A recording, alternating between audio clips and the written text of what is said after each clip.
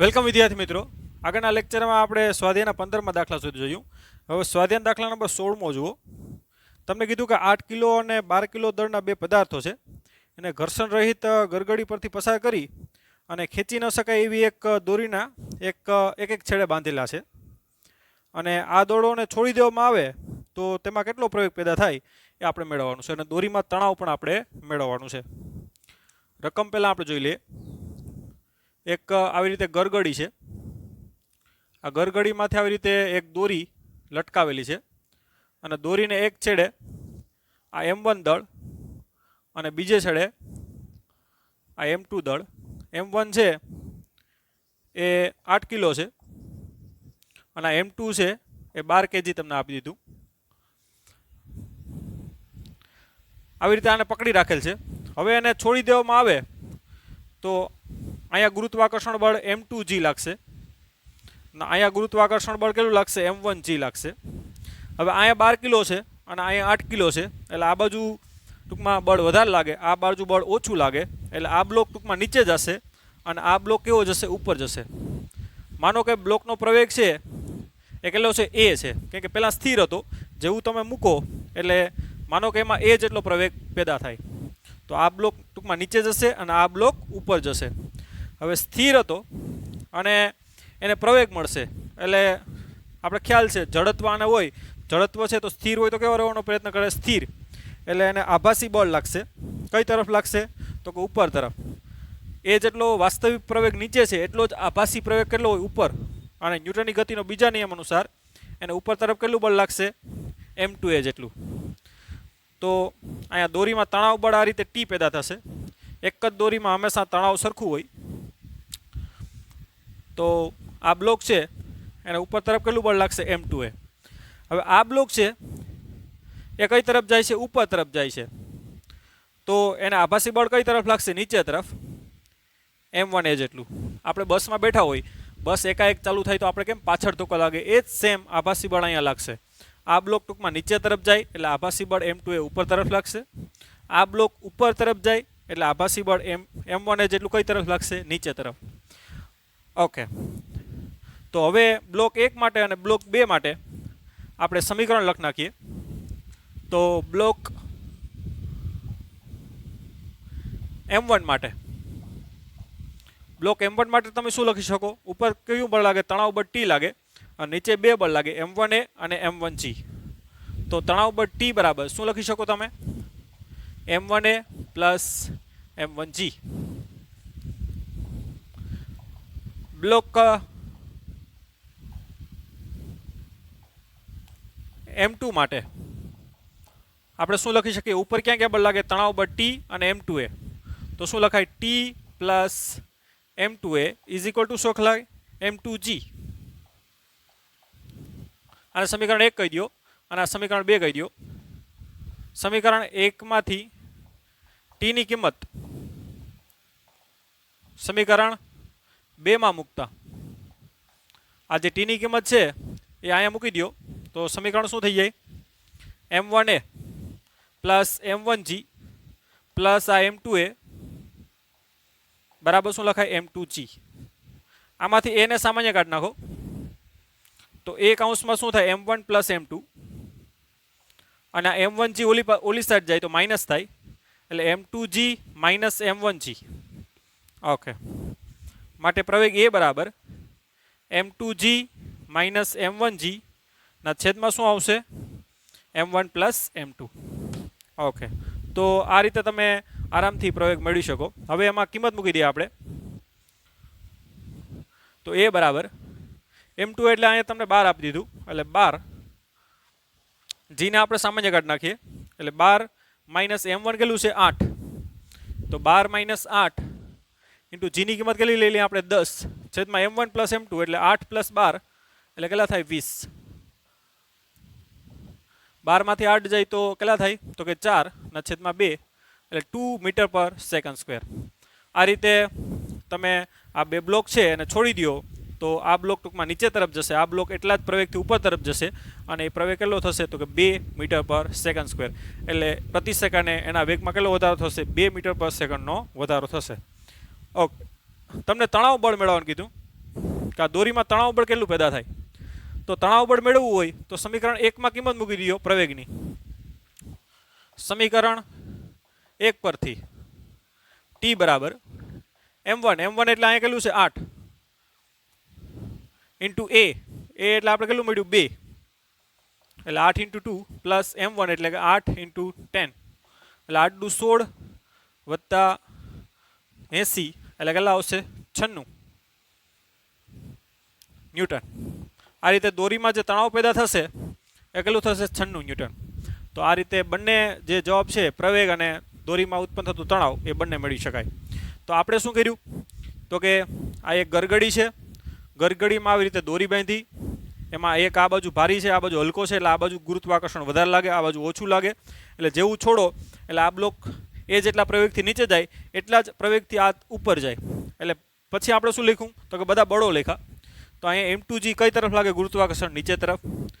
Newton ગતિનો ત્રીજો નિયમ તણાવ બળ કઈ લાગશે ઉપર તરફ. આ ઉપરાંત આભાસી બળ m2a જેટલું કઈ તરફ લાગે ઉપર તરફ. એટલે અહીંયા બે બળ લાગે T plus m2a is equal two હું લખાય m2g. બ્લોક m1 માટે એક તો ક્યુ બળ લાગે m1g અને આ છે ઉપર તરફ જાય તો આભાસી બળ કઈ તરફ લાગે નીચે તરફ કેટલું m1a. તો અહીંયા T બરાબર શું લખાય m1a પ્લસ m1g. વિદ્યાર્થી મિત્રો એક ખાસ ધ્યાન કે આ એક દોરી એક જ છે અને એક જ દોરીમાં હંમેશા તણાવ બળ કેવો હોય સરખા હોય. તો બ્લોક 1 માટે અને બ્લોક 2 માટે આ સમીકરણ લખી અને આમાં આ જે ટીની કિંમત છે આમાં મૂકી અને આપણે પ્રવેગ મેળવો અને કોઈ એક સમીકરણમાં એની કિંમત મૂકી દો તો આ રીતે તણાવ મેળવી શકાય. તો આવા ઘણા બધા ક્વેશ્ચનો અલગ અલગ ટાઈપના આમાં આવે જે JEE અને નીટમાં આપણે કરશું. ઓકે, લખી લ્યો.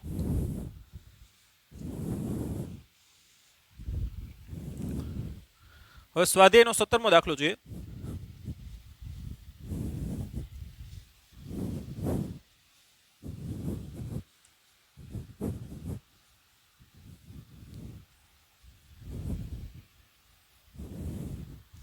તમને શું થયું કે પ્રયોગશાળામાં નિર્દેશ ફ્રેમમાં એક ન્યુક્લિયસ સ્થિર છે.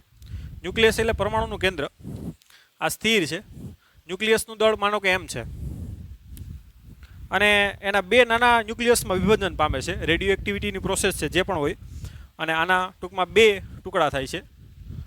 ઓકે, આનું દળ m1 કહી દો, આનું દળ m2 કહી દો. ઓકે, તો બે નાના ન્યુક્લિયસમાં વિભાજન પામે તો દર્શાવો કે એની જે નિપજો છે એ વિરુદ્ધ દિશામાં ગતિ કરે. એટલે આ બંને જે નિપજ આ એક ન્યુક્લિયસ એના બે ટુકડા થયા અને બંને વિરુદ્ધ દિશામાં ગતિ કરે. દાખલા કે આનો વેગ v1 છે અને આનો વેગ v2 એ બંને વિરુદ્ધ દિશામાં ગતિ કરે એવું આપણે સાબિત કરવાનું છે. તો અહીંયા ન્યુક્લિયસનું વિભાજન થયું, એમાં કોઈ બાહ્ય બળ લાગ્યું નથી. શા માટે કે એના ટૂંકમાં આંતરિક જે ઉર્જા છે ન્યુક્લિયસની ઉર્જા એને જ કારણે શું થયું બંને ટુકડા થયા અને આંતરિક ઉર્જા જે છે એનું જ કેમાં રૂપાંતર થયું અહીંયા ગતિ ઉર્જામાં. એટલે અહીંયા કોઈ બાહ્ય બળ લાગ્યું નથી. અને ખબર છે આપણે કે જો ચોખ્ખું બાહ્ય બળ ના લાગે તો વેગમાનનું શું થાય સંરક્ષણ થાય. તો શરૂઆતમાં આપણે વેગમાન લખીએ અહીં ન્યુક્લિયસનું પ્રારંભિક વેગમાન pi હોય તો pi ઇઝ ઇક્વલ ટુ શું થાય mv. v એટલે એનો ટૂંકમાં વેગ જે ખબર છે પહેલાં સ્થિર છે તમે કહી દીધું એટલે વેગ કેવો છે 0 એટલે પ્રારંભિક વેગમાન કેવું થાય અહીંયા 0. ન્યુક્લિયસ નું અંતિમ વેગમાન બે ટુકડા થઈ ગયા બાદ એનું વેગમાન ટૂંકમાં pf હોય. pf એટલે final momentum is equal to શું થાય આ m1 ટુકડાનું વેગમાન આપણે p1 કહી દઈએ અને m2 ટુકડાનું p2 કહી દઈએ. તો p1 પ્લસ p2 એ p1 એટલે m1 v1, p2 એટલે m2 v2. હવે વેગમાન સંરક્ષણના નિયમ અનુસાર અહીંયા ચોખ્ખું કોઈ બાહ્ય બળ લાગતું નથી. વેગમાન સંરક્ષણના નિયમ અનુસાર એનું જે પ્રારંભિક વેગમાન છે pi ઇઝ ઇક્વલ ટુ શું થાય pf. માટે પ્રારંભિક વેગમાન કેવું છે 0, અંતિમ વેગમાન કેટલું છે તો કે m1 v1 સદિશ પ્લસ m2 v2 સદિશ બરાબર 0. મતલબ કે m1 v1 બરાબર માઇનસ શું થાય M2V2. હવે દળ તો ટૂંકમાં ઋણ ના હોય એટલે ટૂંકમાં V1 બરાબર શું થાય -V2. એટલે બંને ટૂંકમાં જે વેગ છે સોરી આપણે સેમ નો લખી શકીએ એટલે બંને વેગ છે અહીંયા ઋણ નિશાની શું દર્શાવે કે બંને વેગ છે કેવા છે પરસ્પર વિરુદ્ધ દિશામાં. તો આ રીતે આરામથી આપણે સાબિત કરી શકીએ કે દળ તો ઋણ ના હોય તો આ વેગ ટૂંકમાં ધન હોય તો આ વેગ ઋણ મતલબ કે આ ધન એક શખ્સમાં જાય તો આ ઋણ એક શખ્સમાં જાય છે. તો ઋણ નિશાની એવું દર્શાવે કે બંને પરસ્પર કેવા છે વિરુદ્ધ છે. માટે ન્યુક્લિયસ ના બંને ટુકડા પરસ્પર વિરુદ્ધ દિશામાં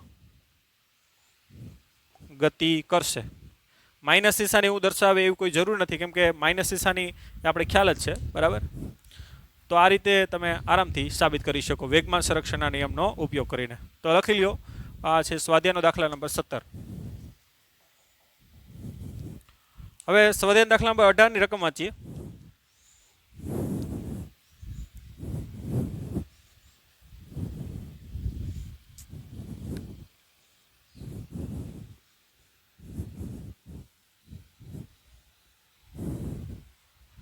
રકમ આપણે વાંચીએ. તમને કીધું કે 0.05 kg દળના બે બિલિયર્ડ બોલ છે એ 6 મીટર પર સેકન્ડની ઝડપથી ગતિ કરતા અથડાય છે. બિલિયર્ડ બોલ છે બેયના દળ સેમ છે M1 બરાબર M2 0.05 kg આપી દીધું અને એનો વેગ પણ સેમ છે અથવા ઝડપ કયો જે ક્યુ એ 6 મીટર પર સેકન્ડ. અને ક્યારે અથડાય બે સામ સામે આવે તો કેમ કે બેયની ઝડપ કેવી છે સેમ છે. આનું દળ M1 આનું દળ M2 બંનેની જે ઝડપ છે એ 6 મીટર પર સેકન્ડ છે. ઓકે આગળ રકમ વાંચીએ આપણે કે બંને અથડાય અને ટૂંકમાં એટલી જ ઝડપથી પાછા ફેંકાય. એટલે ટૂંકમાં બંને અથડાય અને આનો વેગ પહેલાં કહી દો કે V1 છે આનો વેગ V2 છે. આ V1 ડેશ કહી દો. અથડાઈને પછી બંને ટૂંકમાં વિરુદ્ધ દિશામાં ગતિ કરે અને આનો ડેક V2 ડેશ કહી દો. અને તમને કીધું કે બંનેની ઝડપ પાછી સેમ છે અથડાયા પછી પણ કેટલી છે 6 મીટર પર સેકન્ડ. એટલે કે V1 ડેશ બરાબર V2 ડેશ બરાબર શું આપી દીધું 6 મીટર પર સેકન્ડ. ઓકે તો તમને કીધું કે દરેક બોલને બીજા બોલ વડે લગાડેલો આઘાત કેટલો. ટૂંકમાં અહીંયા બોલ છે એક છે એ બેને બળ લગાડે અને બે છે એ કોને બળ લગાડે એકને બળ લગાડે. એટલે ટૂંકમાં એક વડે ટૂંકમાં બે ઉપર બળ લાગે એટલે બેના વેગમાનમાં ફેરફાર થાય એટલે એને જ આપણે બળનો શું કહીએ આઘાત. અને બીજો બોલ છે એ એક ઉપર લગાડે એટલે એકના વેગમાનમાં શું થાય ફેરફાર એટલે કે એને શું કહીએ આપણે બળનો આઘાત. ઇટ મીન્સ કે તમારે ટૂંકમાં બોલ 1 અને બોલ 2 એના વેગમાનમાં થતો ફેરફાર આપણે મેળવવાનો છે. તો ન્યૂટનની ગતિના ત્રીજા નિયમ અનુસાર આપણે લખી શકીએ કે F21 એટલે બોલ 1 વડે 2 પર લાગતું બળ બરાબર માઇનસ શું લખાય 1 વડે 2 પર લાગતું બળ એટલે કે ડેલ્ટા P1 ના છેદમાં ડેલ્ટા T બરાબર ડેલ્ટા માઇનસ શું લખાય ડેલ્ટા P2 ના છેદમાં ડેલ્ટા T. એટલે કે બેયના ટૂંકમાં જે બળનો આઘાત છે એ બેયનો સેમ આવશે.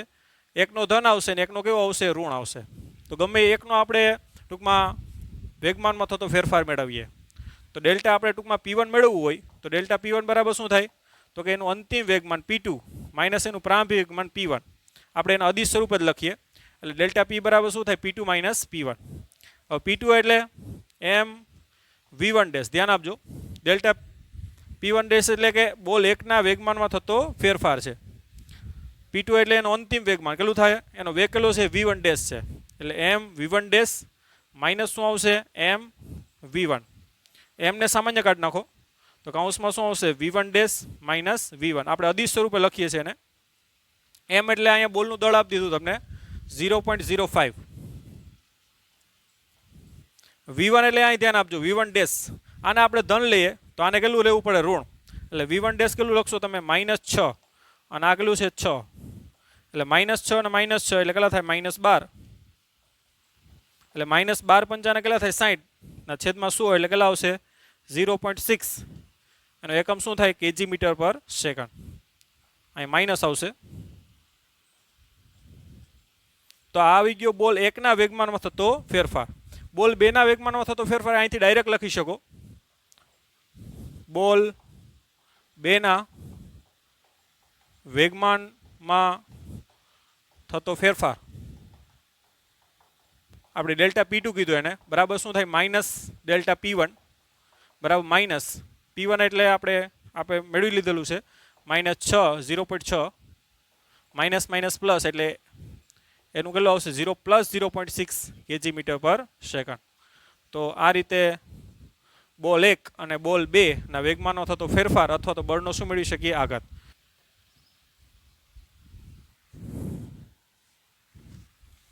તમને શું કીધું કે 100 kg દળની એક ગનમાંથી 0.02 kg દળનો એક સેલ ફોડવામાં આવે છે. એક ગન છે, ગનનું દળ mg કહી દો 100 કિલો છે અને બુલેટનું દળ mb કહી દો 0.02 kg. તો ગનની નાળમાંથી એટલે કે જે નળી છે બેરલ એમાંથી બહાર આવતા સેલની ઝડપ છે એ vb કહી દો સેલની ઝડપ 80 મીટર/સેકન્ડ છે. તો ગનની કેટલી ઝડપ હશે એમ? ઓકે, ન્યૂટનની ગતિનો ત્રીજો નિયમ આપણે ખબર છે કે જેટલું બળ ગન દ્વારા બુલેટ પર લાગે એટલું જ બળ માઇનસ બુલેટ દ્વારા કોના ઉપર લાગે? ગન ઉપર. એટલે ગન પણ ટૂંકમાં પાછી ફેંકાય, ગોળી આગળ જાય, ગન કઈ તરફ જાય? પાછળ જાય. તો આ સ્થિતિમાં એના ઉપર કોઈ ચોખ્ખું બાહ્ય બળ લાગતું નથી. તો અહીંયા વેગમાનનું શું થશે? સંરક્ષણ. તો ગન પ્લસ ટૂંકમાં બુલેટ નું પ્રારંભિક વેગમાન બંને સ્થિર છે એટલે પ્રારંભિક વેગમાન આપણે pi કહી દઈએ બરાબર શું થાય P1 + P2. ગન પણ સ્થિર છે અને બુલેટ પણ સ્થિર છે એટલે બંને 0 થશે એટલે પ્રારંભિક વેગમાન કેવું થાય? 0. ગન પ્લસ બુલેટ નું અંતિમ વેગમાન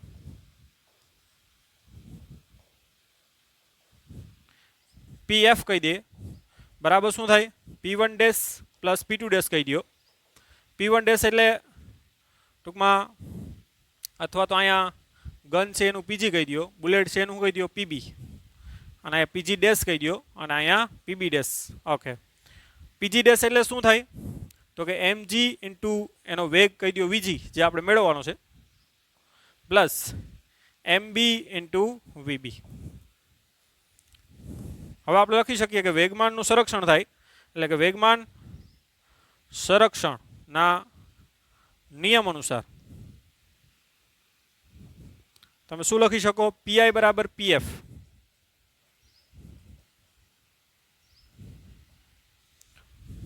માટે 0 બરાબર શું લખી શકો તમે? mg vg plus mb vb.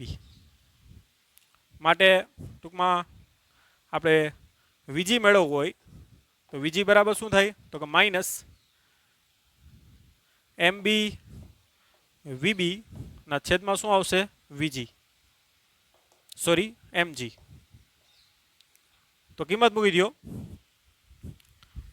mb એટલે અહીંયા બુલેટનું દળ કેટલું આપ્યું? 0.02.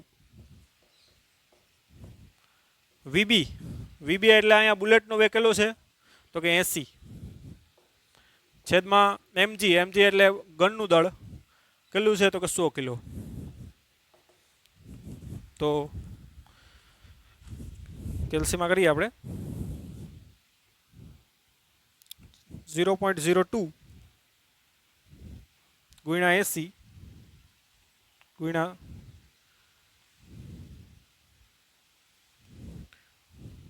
તે આવશે 0.016 મીટર/સેકન્ડ. માઇનસ નિશાની એવું દર્શાવે કે આ વેગ તમે ધન લીધો છે તો આ વેગ કેવો આવ્યો? ઋણ. એટલે બંનેના ટૂંકમાં વેગ છે પરસ્પર કેવી દિશામાં હશે? વિરુદ્ધ. બુલેટ ટૂંકમાં આગળ જશે, ગન કઈ તરફ જાય? પાછળ જાય. તો એ ઋણ નિશાની છે તમે એ રીતે કન્સિડર કરી શકો બરાબર. અને અહીંયાથી તમે દાખલા તરીકે સદિશ સ્વરૂપે ના લખવું હોય અને આ રીતે અદિશ સ્વરૂપે લખવું હોય તો પણ કોઈ પ્રોબ્લેમ નથી બરાબર. અને માઇનસ ના લો તો પણ ચાલે, અદિશ સ્વરૂપે લખી અને માઇનસ ના લો તો પણ ચાલે. ઓકે, તો આ થઈ ગયો સ્વાધ્યાયનો દાખલા નંબર 18મો, સોરી 19મો. સ્વાધ્યાય દાખલા નંબર 20મો જુઓ. હવે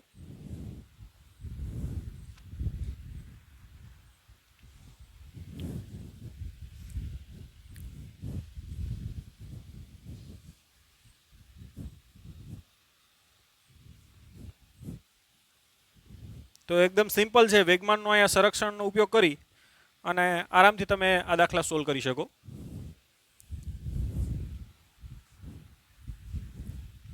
તમે કીધું કે એક બેટ્સમેન છે એનું બોલનું 54 કિલોમીટર પ્રતિ અવરની ઝડપે આવે છે અને પ્રારંભિક ઝડપને બદલાવ્યા વગર, એટલે ઝડપ એની ટૂંકમાં બદલાતી નથી અથડાયા પછી, 45ના કોણ જેટલું એ આવર્તન કરે છે બોલનું, તો બોલ પર પાડેલ આઘાત કેટલો હશે? બોલનું દળ તમને આપી દીધું 0.15 kg. બોલનો જે વેગ છે એ v1 કહી દો, 54 કિલોમીટર પર અવર છે, અને બોલનું દળ કહી દો એમ 0.15 kg. ઓકે, 45ના કોણ જેટલું એ આવર્તન કરે છે. કઈ રીતે એ જુઓ, આ બેટ છે,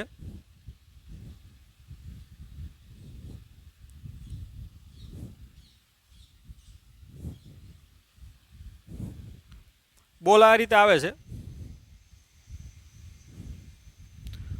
અને આ રીતે એનું 45ના ખૂણે આવર્તન કરે છે, એટલે આ રીતે જાય છે, અથડાઈને પાછું આ રીતે જાય, અને વેગ v2 છે એ ટૂંકમાં વેગ v1 બરાબર ટૂંકમાં v2, બેયનો ઝડપ ટૂંકમાં એ બદલાતી નથી. રકમમાં તમને કીધું છે કે ઝડપ બદલાયા વગર એનું શું કરે છે, 45ના ખૂણે આવર્તન કરે છે, એટલે આ રીતે જાય છે અને અહીં જવાની દિશા સાથે 45ના ખૂણે એ પાછો ફેંકાય છે. બરાબર, તો ટૂંકમાં બોલ વડે કોના ઉપર બળ લાગશે? બેટ ઉપર, અને બેટ વડે કોના ઉપર? બોલ વડે બોલ ઉપર બળ લાગશે. એને જ કારણે બોલના વેગમાનમાં શું થાય? ફેરફાર. તો અહીંયા તમને બોલના વેગમાનમાં થતો ફેરફાર અથવા તો શું મેળવવાનું કીધું? આઘાત. તો એ મેળવવું હોય તો વેગમાનમાં ફેરફાર મેળવવું હોય તો આ જે વેગમાન છે એને p1 કહી દો, અથડાયા બાદ એનું વેગમાન p2 કહી દો, તો p1 અને p2 એનું ટૂંકમાં ફેરફાર વેગમાન ડેલ્ટા p બરાબર શું થાય? તો કે p2 માઇનસ શું થાય? p1. ઓકે,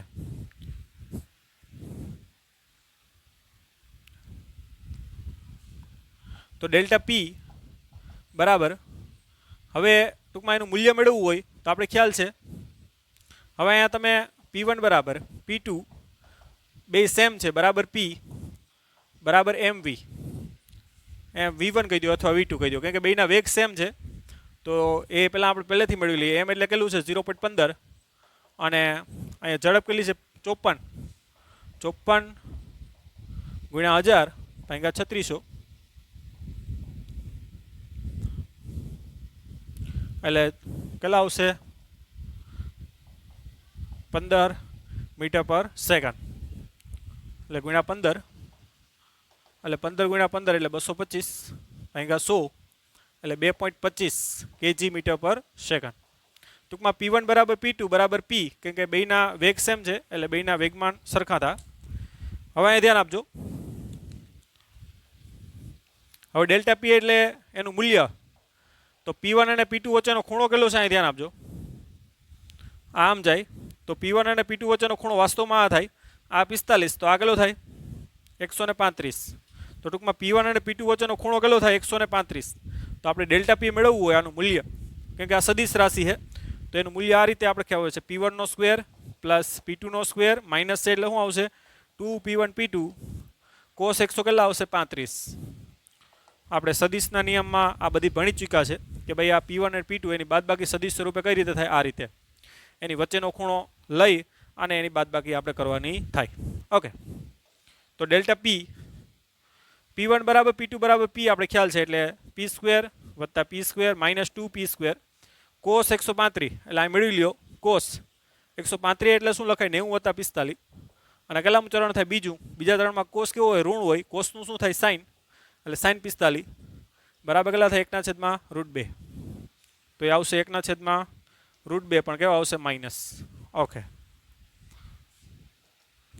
તો p સ્ક્વેર વત્તા p સ્ક્વેર એટલે 2p સ્ક્વેર, આ માઇનસ માઇનસ પ્લસ થઈ જાય, અને અહીંયા કેટલા થઈ જાય? √2, કેમ કે 2 એટલે √2 ગુણ્યા √2 એટલે 1√2 ડી જાય, એટલે minus minus plus √2p square, એટલે p સામાન્ય નીકળી જાય, વર્ગમૂળમાં શું આવશે? 2 વત્તા √2, એટલે p ની કિંમત મૂકી દો 2.25 ગુણ્યા 2 વત્તા √2 એનું પાછું વર્ગમૂળ કાઢીએ આપણે.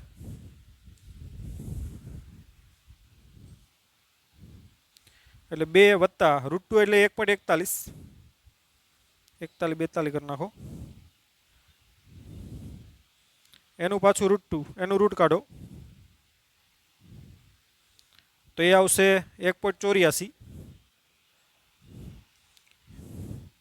એના ગુણ્યા કેટલા કરો 1.85 જેવું આવશે. એના ગુણ્યા 2.25 તે આવશે 4.15 અથવા 16.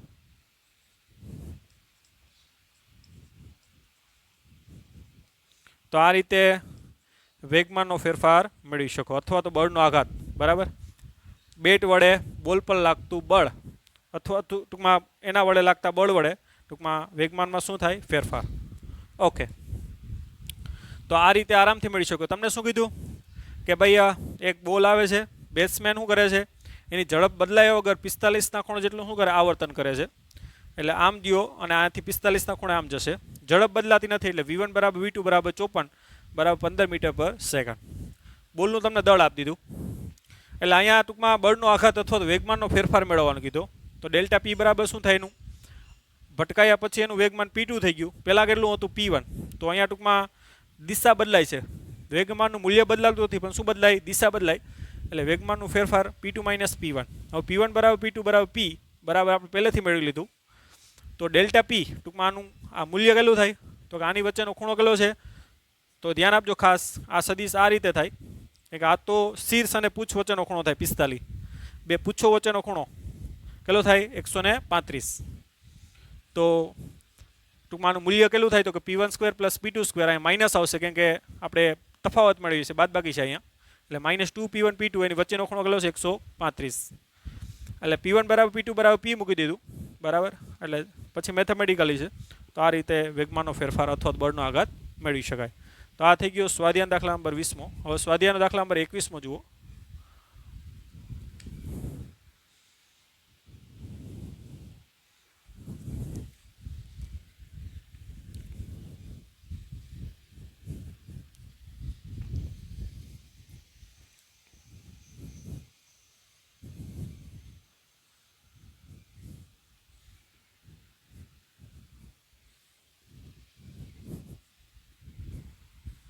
ઓકે, 21મા દાખલામાં શું કીધું તમને કે એક દોરીના એક છેડે બાંધેલ 0.25 kg દળનો એક પથ્થર છે. એક દોરી છે એના છેડે m બરાબર 0.25 kgનો એક પથ્થર બાંધેલો છે. ઓકે, અને સમતલમાં 1.5 મીટર ત્રિજ્યાવાળા વર્તુળમાં શું કરવામાં આવે છે ફેરવવામાં આવે. આ ટૂંકમાં દોરીની લંબાઈ અથવા ત્રિજ્યા કેટલી છે 1.5 મીટર. અને આવી રીતે સમક્ષિતિજ સમતલમાં એને ફેરવવામાં આવે છે. ઓકે, અને આ ત્રિજ્યાના વર્તુળમાં 40 રિવોલ્યુશન પર મિનિટ એટલે કે પરિભ્રમણ પ્રતિ મિનિટની ઝડપથી ઘુમાવવામાં આવે છે. એટલે ટૂંકમાં એની ઝડપ છે કેટલી છે 40 રિવોલ્યુશન પર મિનિટ. એટલે 1 મિનિટમાં કેટલા ભ્રમણ થઈ જાય 40. ઓકે, તો દોરીમાં કેટલું તણાવ બળ પેદા થાય એ આપણે મેળવવાનું છે. જો દોરી મહત્તમ 200 ન્યૂટનનું તણાવ ખમી શકે તો કેટલી મહત્તમ ઝડપથી પથ્થરને આપણે ઘુમાવવું જોઈએ. તો આ દાખલો તો ઓલરેડી આપણે કરી ચૂક્યા છે. બરાબર, જ્યારે આપણે ઉદાહરણના દાખલા જોયા હતા ત્યારે આ દાખલો ઓલરેડી આપણે કરાવેલો છે. તો એ અહીંયા પાછો આપણે કરતા નથી કે એ કરાવેલો જ છે.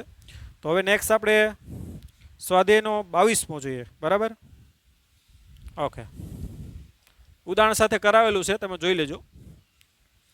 તમને કીધું કે સ્વાધ્યાયમાં 2.21 છે એમાં મહત્તમ ઝડપ કરતાં વધુ તણાવ તો એ દોરી એકાએક તૂટી જાય. બરાબર, 200 ન્યૂટન જેટલું તણાવ ખમી શકે, એના કરતાં વધારે હોય તો દોરી તૂટી જાય. તો તૂટ્યા બાદ એની નીચેનામાંથી કઈ ગતિ વર્ણવી શકાય તો પ્રતિ ટૂંકમાં માનો કે અહીંયા પહોંચ્યો અને આ દોરી તૂટી ગઈ તો પથ્થર કઈ દિશામાં ગતિ કરે તો કે એના સ્પર્શક દિશામાં. બરાબર, તો પથ્થર છે એ પછી ત્રિજ્યાવર્તી દિશામાં ફેંકાશે નહીં. દોરી તૂટે તે પથ્થર સ્પર્શક દિશામાં શું કરશે ગતિ કરશે. તો બીજો ઓપ્શન આવશે બી. સીમાં શું કીધું કે પથ્થર સ્પર્શક સાથે એવા કોણે ગતિ કરશે કે જેનું માન પથ્થરની ઝડપ પર આધારિત હશે તો એ આવશે નહીં. બી ઓપ્શન આવશે કે પથ્થર છે એ કઈ દિશામાં જશે તો કે સ્પર્શકની દિશામાં. ઓકે, તો એ રીતે આન્સર 22નો પણ આરામથી આપી શકો. સ્વાધ્યાય દાખલા નંબર 23 જુઓ.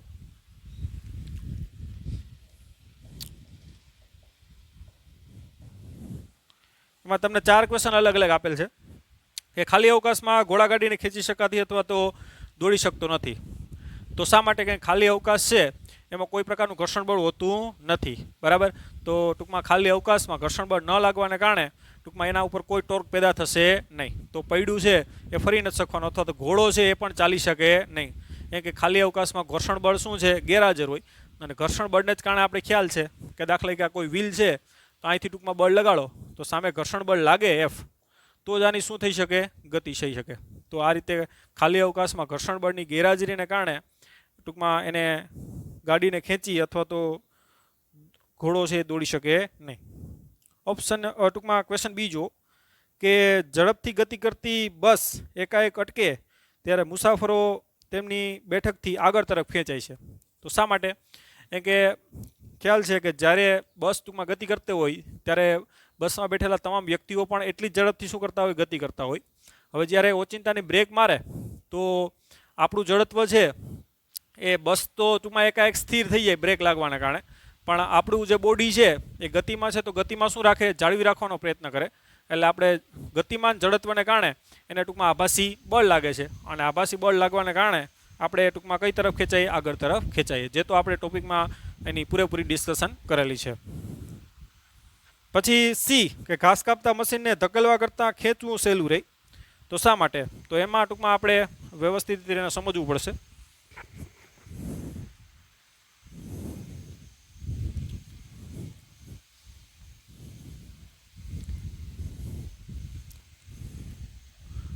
આ ઘાસ કાપવાનું ટૂંકમાં મશીન છે. માનો કે એને એફ બળથી ખેંચીએ આપણે. ધકેલવા કરતાં ખેંચવું સહેલું રહે આપણે સાબિત કરી દઈએ. માનો કે સમશીત સાથે બનાવેલો ખૂણો થીટા છે. હવે એને એફ બળથી ખેંચો એટલે સામે ગતિ ઘર્ષણ બળ લાગે એફ કે. ઓકે, અહીંયા એમજી બળ કઈ તરફ લાગશે? નીચે તરફ. લંબબળ કઈ તરફ લાગે? ઉપર તરફ. આ બળના બે ઘટક થાય. આ એફ કોસ થીટા થશે અને આ એફ શું થાય? Sine theta. આ લંબબળ એન. ઓકે, હવે આપણે ટૂંકમાં ગતિ ઘર્ષણ બળ એફ કે મેળવવું હોય તો એફ કે બરાબર આપણે ખ્યાલ છે મ્યુ કે ઇન્ટુ એન, જ્યાં મ્યુ કે એટલે આ બંને સપાટી વચ્ચેનો સ્થિત ઘર્ષણાંક. હવે આપણે એનને મેળવીએ તો અહીંયા તમે જોઈ શકો N plus F sine theta. આકૃતિ પરથી શું લખાય? N plus F sine theta is equal to શું લખાય? એમજી. માટે ટૂંકમાં લંબબળ એન બરાબર શું લખાય? Mg minus F sine theta. તો ટૂંકમાં એફ કેમાં એની કિંમત મૂકો તો એફ કે બરાબર શું થાય? Mu k into N. N એટલે શું થાય? Mg minus F sine theta. Okay, તો જ્યારે ટૂંકમાં આપણે એને ખેંચતા હોય ત્યારે ગતિ ઘર્ષણ બળ આટલું લાગશે. હવે જ્યારે ધકેલતા હોય ધ્યાન આપજો, થીટા જેટલા ખૂણે ધકેલીએ અને બળ પણ એફ જ લગાડીએ. ધ્યાન આપજો, અહીંયા જેટલું બળ લગાડ્યું એટલા જ બળથી આપણે એને શું કરીએ? આવી રીતે ધકેલીએ અને ખૂણો કેટલો બનાવે? થીટા જેટલો. તો અહીંયા ધ્યાન આપજો, ગતિ ઘર્ષણ બળ ગતિની વિરુદ્ધ દિશામાં લાગે. એફ કે ડેશ કહી દો. હવે તો અહીંયા બળ એફના બે ઘટક થાય. આ ઘટક કયો થાય? F sine theta. ધ્યાન આપજો, નીચે તરફ આવશે કે આ એરો કઈ તરફ છે? આવી રીતે નીચે તરફ છે. અને આ ઘટક કયો થાય? F cos theta. ઓકે, ધ્યાન આપજો, આના માટે કરીએ છીએ આપણે. તો ત્યાં એફ કે ડેશ કહી દો બરાબર શું થાય? Mu k into N. Mu કે. હવે એન એટલે અહીં ધ્યાન આપજો. હવે આના માટે શું લખાય? N plus F sine theta. ધ્યાન આપજો, અલગ આકૃતિ દોરતો નથી, આમાં જ કરી નાખું છું. આ ભૂલી જજો. હવે અહીં લંબબળ એન લાગે છે, આ વસ્તુ ભૂલી જજો. અહીંથી આ બાજુ એન બળ પ્લસ એફ સાઇન થીટા બરાબર શું લખાય? ટૂંકમાં બંને નીચે તરફ લાગે છે. આ ઉપર તરફ લાગે છે ને, આ બળ અને આ બળ નીચે તરફ લાગે. એટલે એન બરાબર શું લખાય? એફ સાઇન થીટા વત્તા શું લખાય? એમજી.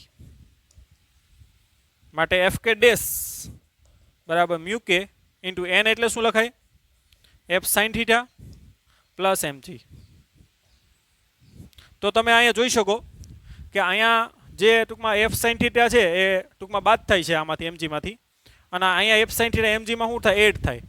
એટલે એફ કે ડેશ છે આ સમીકરણ 1 કહી દો અને આને સમીકરણ 2 કહી દો. સમીકરણ 1 અને 2 પરથી તમે કહી શકો કે એફ કે ડેશ છે એ એફ કે કરતાં કેવું થાય, વધારે થાય.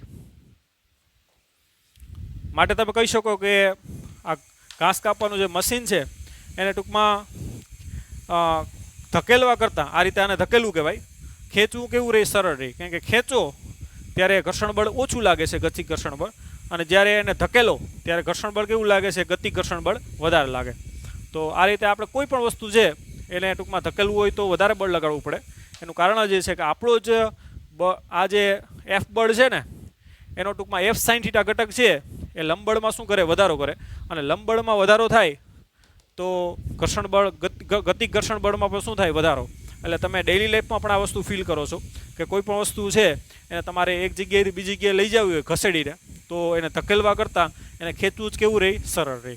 ઓકે, તો આ રીતે ડેઇલી લાઈફમાં પણ ટૂંકમાં ફિઝિક્સના નિયમનો યુઝ કરી અને પ્રોપર રીતે તમે વર્ક કરી શકો. ઓકે, હવે લાસ્ટ ક્વેશ્ચન ડી, કે ક્રિકેટર કેચ પકડતા દરમિયાન એના હાથ પાછળ તરફ લઈ જાય. તો આ તો ટોપિકમાં ચર્ચા થઈ ગઈ છે. હાથ પાછળ તરફ લઈ જાય એટલે વેગમાનમાં ફેરફાર કરવા માટે લાગતો સમય કેવો મળે, વધારે. તો એ બરાબર આપણે ખ્યાલ છે, ડેલ્ટા પીના છેદમાં ડેલ્ટા ટી. વેગમાનમાં ફેરફાર કરવા માટે સમયગાળો વધારે આપો તો બળ કેવું લાગે, ઓછું લાગે. અને બળ ઓછું લાગે તો ક્રિકેટર જે છે એને ઈજા કેવી થાય, ઓછી થાય. બરાબર. તો આ રીતે હાથ પાછળ લઈ જાય તો સમયગાળો આપેલ વેગમાનમાં ફેરફાર કરવા માટે સમયગાળો વધારે લાગે, અને એના માટે ટૂંકમાં બળ કેવું લાગશે, ઓછું લાગશે. કેમ કે બંને કેવા છે, વ્યસ્ત છે. ઓકે, તો એ તો આપણે ટોપિકમાં પણ ડિસ્કશન કરેલી છે. ઓકે, તો આ થઈ ગયા સ્વાધ્યાયના દાખલા. તો આજના લેક્ચરમાં અહીંયા સુધી રાખીએ. નેક્સ્ટ લેક્ચરમાં અહીંથી આગળ વધશું. Okay, thank you.